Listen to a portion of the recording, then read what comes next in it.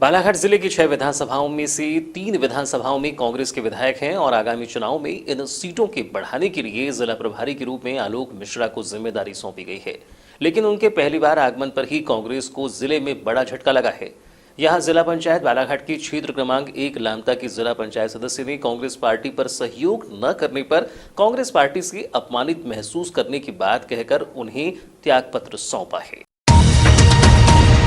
स्थानीय circuit house में त्यागपत्र देने पहुंची जिला पंचायत सदस्य स्मिता कंचन टेकाम ने बताया कि वह कांग्रेस पार्टी की कर्तव्यनिष्ठ कार्यकर्ता हैं और जिला पंचायत क्षेत्र क्रमांक 1 लामता से जिला पंचायत सदस्य हैं।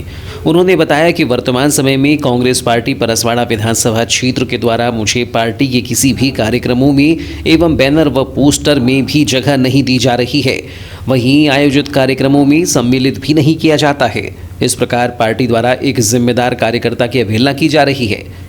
जिला पंचायत सदस्य ने आरोप लगाते हुए कहा कि वरिष्ठ कार्यकर्ताओं से बैनर पोस्टर पर फोटो नहीं लगाए जाने की बात पूछे जाने पर कहा जाता है कि जिला पंचायत सदस्य की फोटो बैनर व पोस्टर में लगाने से विधानसभा चुनाव में हमारा वोट बैंक कम हो जाएगा।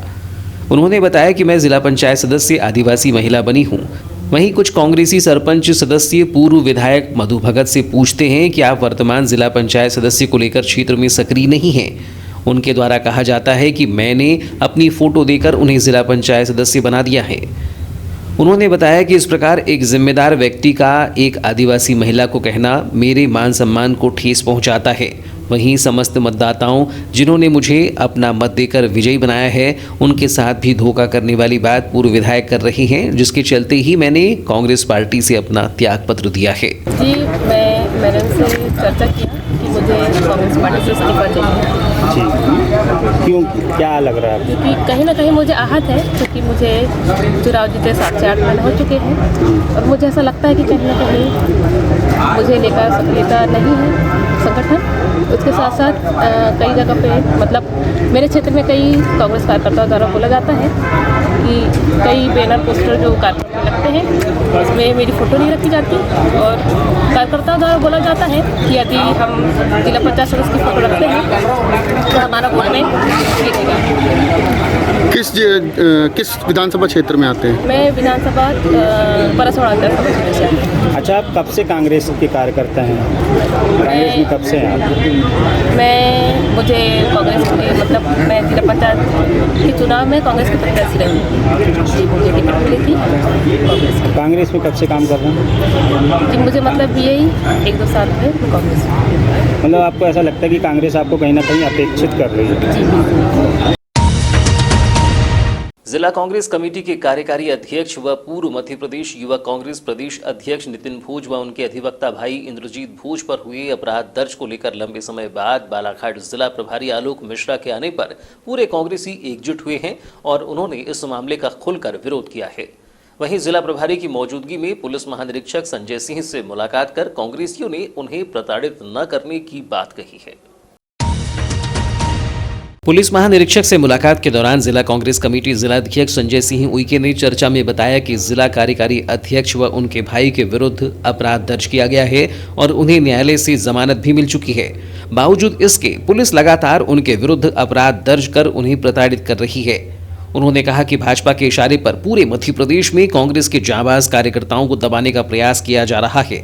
इसी कड़ी में बालाघाट में भी कांग्रेस के दोनों कार्यकर्ताओं पर पुलिस प्रशासन द्वारा झूठे प्रकरण लादकर उनको परेशान किया जा रहा है और उनके एवं उनके मित्रों के परिवारजनों को पुलिस प्रशासन द्वारा लगातार डराया धमकाया भी जा रहा है, जिससे उनमें डर का वातावरण व्याप्त है।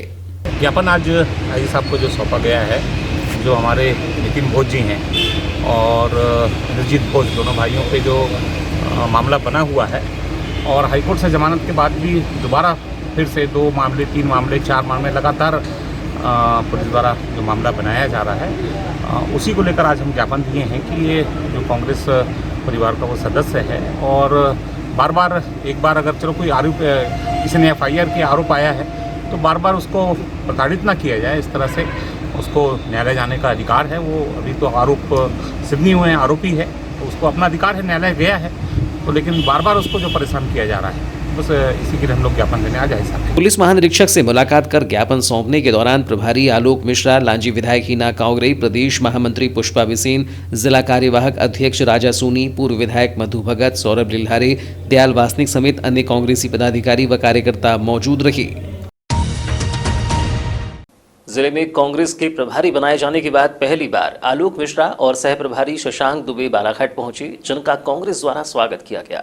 पदाधिकारी द्वय ने कांग्रेस कार्यालय में कांग्रेस जनप्रतिनिधियों, पदाधिकारियों और कार्यकर्ताओं के साथ बैठक की और संगठनात्मक एवं आगामी समय में चुनाव को लेकर दिशा निर्देश दिए। वहीं सर्किट हाउस में आयोजित प्रेस वार्ता में प्रेस प्रतिनिधियों से चर्चा की। कांग्रेस प्रभारी आलोक मिश्रा ने प्रेस से चर्चा करते हुए कहा कि प्रदेश अब तक महिला उत्पीड़न, कुपोषण, बिजली दरों और पेट्रोलियम पदार्थ के सर्वाधिक दरों में नंबर 1 था। अब वह आज़ादी के बाद कर्ज लेने में भी नंबर 1 बन गया है। उन्होंने कहा कि संसद में राहुल गांधी के उठाए गए सवालों पर प्रधानमंत्री नरेंद्र मोदी ने कोई जवाब नहीं दिया।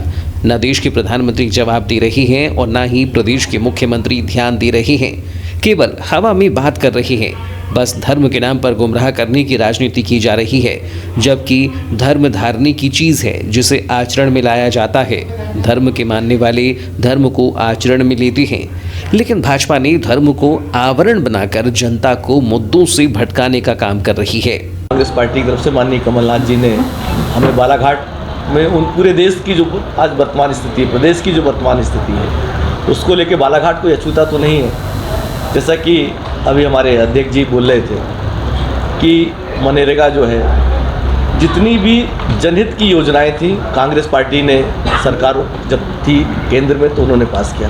चाहे शिक्षा गारंटी की बात हो, चाहे रोजगार गारंटी की बात हो, या फूड सिक्योरिटी वाली जो भी बात थी।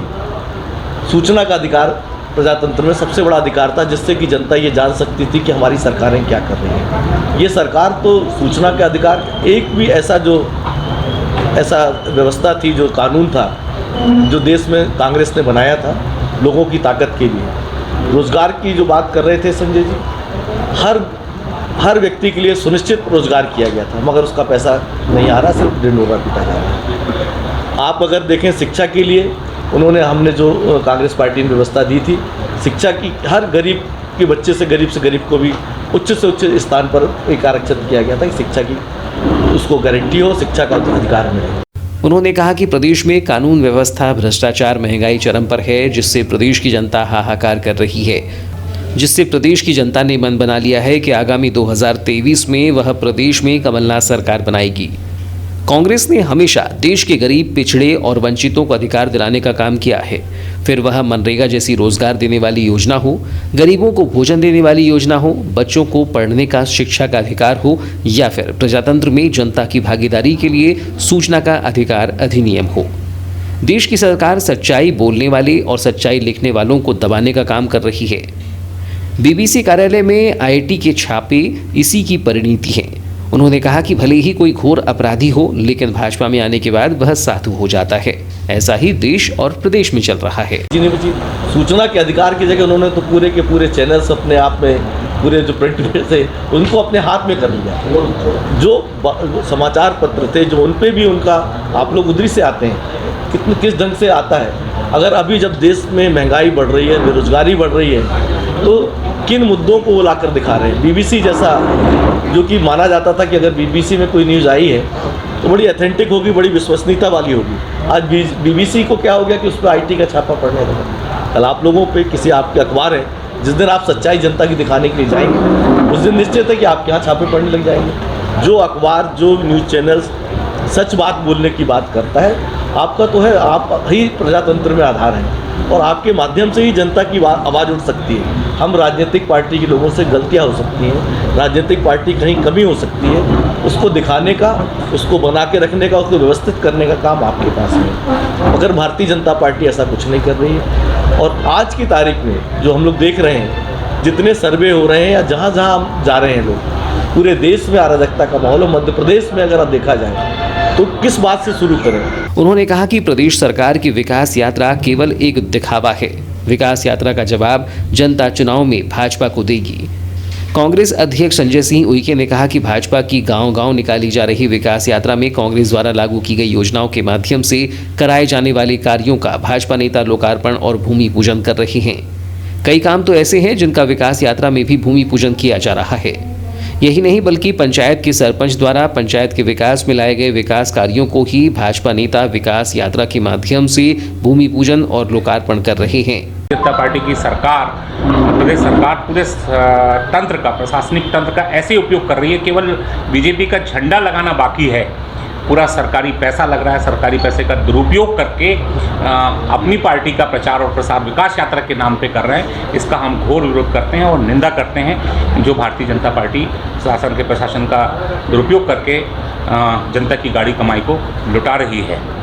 इसके साथ साथ मैं आप सबको कहना चाहूँगा, बताना चाहूँगा कि कुछ हमारे, जैसे कि हमारे वरिष्ठ कांग्रेसी हैं, पूर्व विधायक हैं, अशोक सिंह सरस्वार जी के बारे में भी कई बार अनर्गल बातें आती हैं, धनराज जी के बारे में भी कि जिला पंचायत अध्यक्ष हैं और हम उनको कैसे काम करने देंगे। ऐसे बहुत सारी अनर्गल बातें आती हैं। हमारे एक साथी के साथ भी पुलिस के द्वारा बार बार प्रताड़ित करने का काम किया जा रहा है, उनके ऊपर में FIR पे FIR दर्ज की जा रही है। तो ये सारी बातें हैं जिसकी हम घोर निंदा करते हैं और हम चाहते हैं कि इसके लिए हम लोग कोई मजबूत कदम उठाए। इसलिए संगठन के माध्यम, संगठन को मजबूत करके हम कैसे और रणनीति बनाएं।